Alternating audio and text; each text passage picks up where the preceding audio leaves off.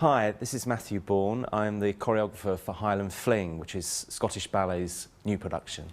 When I started my company many years ago, 20-something years ago, we started to tour to places I'd never been to before, because possibly there's no reason, you know, I'd had to come before. And we started to come to Scotland. And in those days, we used to tour around a little minibus and roll out our floor to dance on and iron all our own costumes and things. We were a very small company. But I got to know the Scottish countryside and also the cities as well. And I just sort of fell in love with the feel of it. I found it very inspirational. So when I was looking for a story around that time, this seemed perfect. There are certain parts of Scotland, rural parts of Scotland, where you feel you wouldn't be surprised if you saw a sylph come out from behind a tree or something, or a fairy or something. I don't know, it's just got a magic about it. It's based on the most famous romantic ballet, I suppose, the oldest ballet that's still sometimes performed today, which is La Sylphide. My approach to work is usually to find a new way of doing things, because basically my background is as a lover of ballet, but basically a contemporary dance training I had.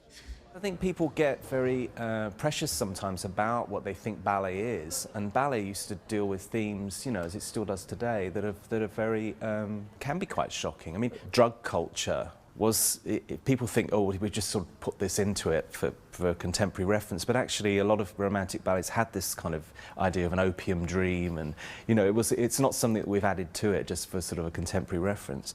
It's a story that's quite timeless in a way. It's about a young man who is about to marry his childhood sweetheart, Effie. The young man's name is James.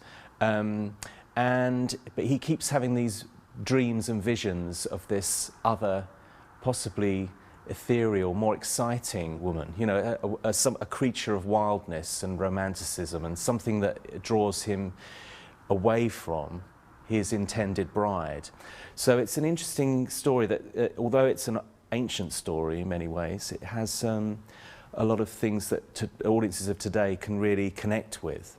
It's full of cliches in many ways, and I've always used to worry about this piece in some ways, of performing it in Scotland sometimes, because I thought, is it too cliched? You know, it's a riot of tartan and imagery and references and things, but it's almost like an Englishman's view of Scotland in a very sort of cliched way. So I hope the audiences forgive me for that a little bit. To many audiences, it may be quite surprising the way the ballet begins. It actually begins in a gents' toilet. So how many ballets can say that?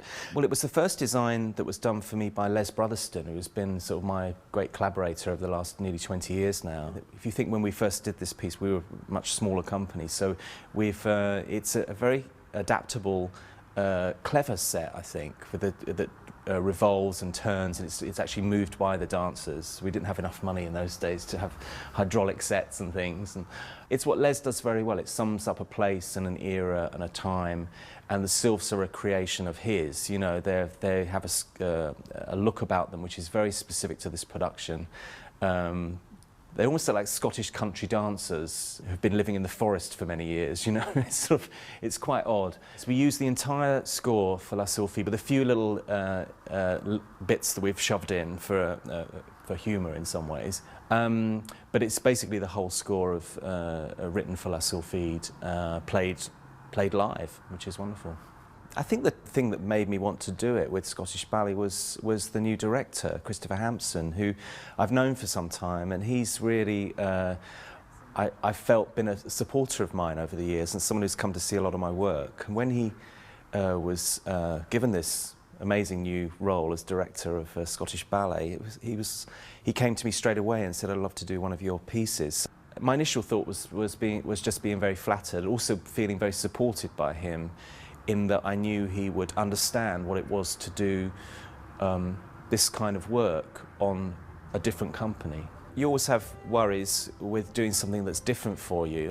The difference with coming into an existing company is you cast from within the company that is there.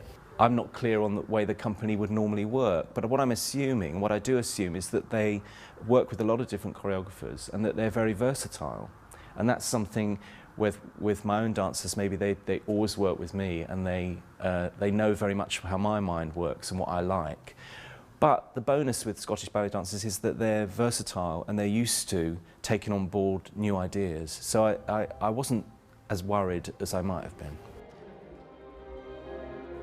I feel an enormous amount of support here for my work. So to be performing this piece with Scottish Ballet again seemed like a perfect marriage to me, because I felt that the audiences who had got to know my work through my own company would enjoy to see me working with the National Scottish Company.